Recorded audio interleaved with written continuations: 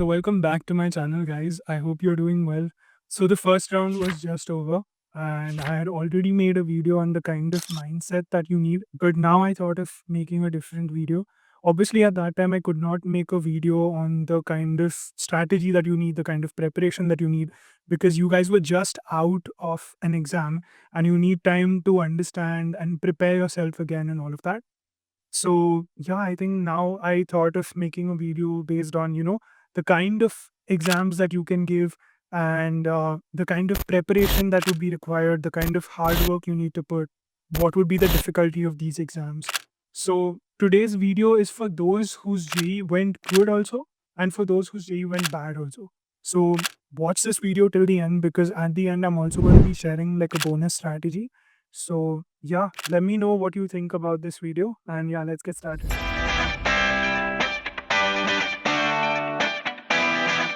So let's start with those whose JEE went pretty good with a rank of say 10 to 15,000 and below that. Like it can also be if you have like a 2,000 rank, then also this video is for you.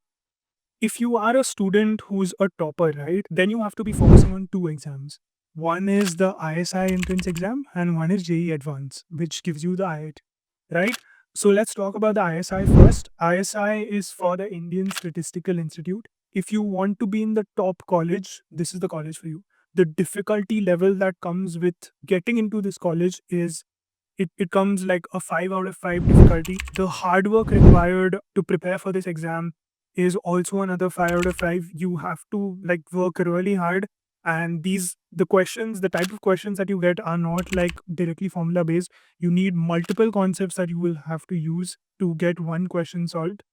Talking about ISI as an institute, it's a beautiful institute, but you won't have a social life here. So if you are someone who likes to study, who wants to go into statistics, and wants to do, a lot of hard work in their life early on to get the benefits later on, then this is the kind of institute that you will be going into, right? So that is the first one, Indian Statistical Institute. Coming to the second one, which is a slightly, better option, I would say, for people like me, that would be like a JEE Advance, which obviously gives you the prestigious IIT, which is the Indian Institute of Technology.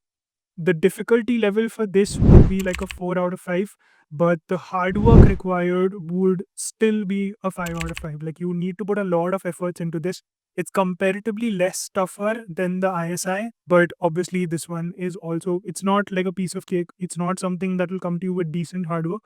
You have to put in a lot of hours of efforts, and you have to make a lot of strategies, a lot of shortcuts, and only then you will be getting into this institute, right? As compared to the ISI, you will be having a good social life over here. There are a lot of fests which happen. There are a lot of competitions that happen, a lot of hackathons that happen. So if you are someone who is not only interested in your studies, but also interested in doing like extracurricular activities, wants to manage, be the coordinator of a club. And when I mean club, I don't mean a party club, but like you have like different kinds of clubs. You would have like a robotics club, an AI club, an entrepreneurship club. So you can be the president of this club, you can be the coordinator of this club, and then you obviously, when you put in your resume and stuff like that, it obviously helps you get a much better placement, right? The way you get a good IIT is if you have like a 4 to 5K rank is a decent rank for an IIT. You will get a decent IIT, and you will get a decent branch in that decent IIT. So what do I mean by good IITs then? The good IITs are the OG IITs. Okay, the OG IITs, there are 5 OG IITs: Kanpur, Kharagpur, Delhi, Bombay, and Madras, right? So these are the oldest IITs, and these are the most prestigious IITs compared to all the other IITs. I'm not saying that the other IITs are not good, but these IITs are the best. Okay, so if there are people coming for placement, then the first campuses that they go to are these campuses, and then they get diluted into the other campuses also, right? If you are not someone who studies that much, and if you want the easy way out, but you want also another prestigious college, then I would suggest giving the BITSAT exam. You can even aim for the computer science branch. You will easily get it in one of the 3 campuses. The difficulty level for this would, I would say, like it's like a 3 out of 5, and the hard work required would also be lesser. It would be a 4 out of 5. The only difference between BITSAT and JEE Advanced and ISI is that BITSAT requires lesser efforts because it is more focused on accuracy. So you have to give a lot number of tests, a lot of mocks, to ace the BITSAT. As opposed to a JEE Advanced or an ISI, you have to be conceptually very thorough into understanding which concept can be used where. So the toughness over here is more, the accuracy and the speed here is more, right? So in BITS Pilani, you have an amazing social life. It's a startup hub. So if you are planning to start something of your own, BITS Pilani is the best place for you. BITSAT is the best exam that you have to give. The only catch over here is that the fees are very high. So if you are coming from a family that has to take a loan to get into like BITS Pilani, I would suggest you focus on your IIT prep only, right? So for those whose JEE went bad, let's talk about these people now. The best exam to give for you first is the BITSAT. Obviously, I would suggest that still. The difficulty of the BITSAT prep for these people would be a 4 out of 5. For the people who are, for the toppers, the difficulty would not be that much because obviously you know the concepts a lot. For the people whose JEE didn't go that well, for you the difficulty would be slightly higher. It would be like a 4 out of 5. And the hard work also would be more, like you'll have to work really very hard. That would be like a 5 out of 5. It's obviously good to get in BITSAT, in BITS Pilani. It's obviously good to give your BITSAT exam. But again, stressing again on this, the fees are going to be very high. But that will also compensate with your placements because you're going to get a much better placements than the remaining colleges, which I'll be talking about next. Right? So the placement structure is pretty good in BITS. A lot of the students get pretty good packages into pretty good companies, and also the BITS tag helps you later on. Even if you've lost your job, you can still get a much better job even after that. It also helps you if you are in a non-tech career, if you are into something like say marketing or sales and you want to switch back to product. If you're a BITS alumni, obviously people will immediately switch you into product. But if you're not from BITS, it would take you a lot of upskilling. You'll have to show that you have done these projects, and only then you would be able to transition, or you'll have to do an internship first and then you can transition. But for BITS alumni, it's much easier to transition roles and all of that, which I have seen. I'm working now in Bangalore, so I know how it works. So yeah, I think that's what I have seen, and that obviously helps you in your career.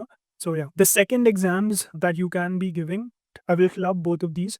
One is the VIT Triple E and one is the Manipal entrance exam, which is the MIT. The difficulty level for this would be like a 3 out of 5, but the hard work required would be like a 4 out of 5. It's not easy to get into these colleges, but obviously if you get like much higher marks, you'll get like better scholarships, you'll get a better branch also, which will open more windows to you, right? So even if you don't get good marks in these colleges, you can still get in through with some donations. So if you have like lesser marks, you can also, pay extra and, get a seat and buy a seat for yourself. So this is how you compensate with your lower rank, right? But if you have a higher rank, obviously you'll have to pay lesser number of school fees and all of that. So that's also good. And these give you the second best placements after BITS, right? So you can go for these.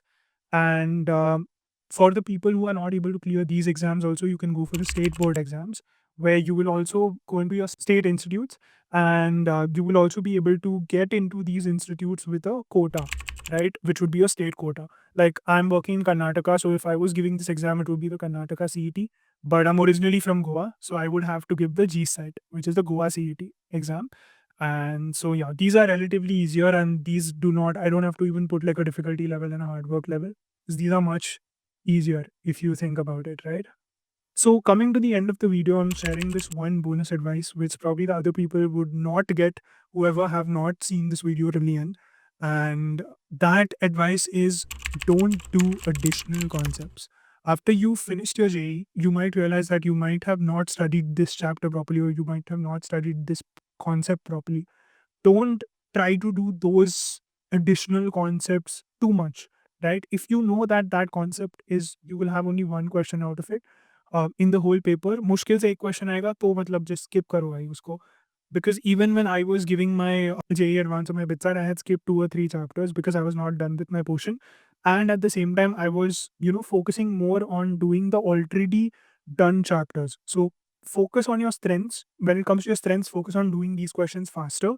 And whichever are your weaknesses, focus on them to kind of remove that weakness. Try to do more questions from that area, so that you are understanding your already understood concepts rather than going and starting a new concept from fresh, then learning the formulas, then practicing questions, and then going to the miscellaneous question. You do not have that much time right now.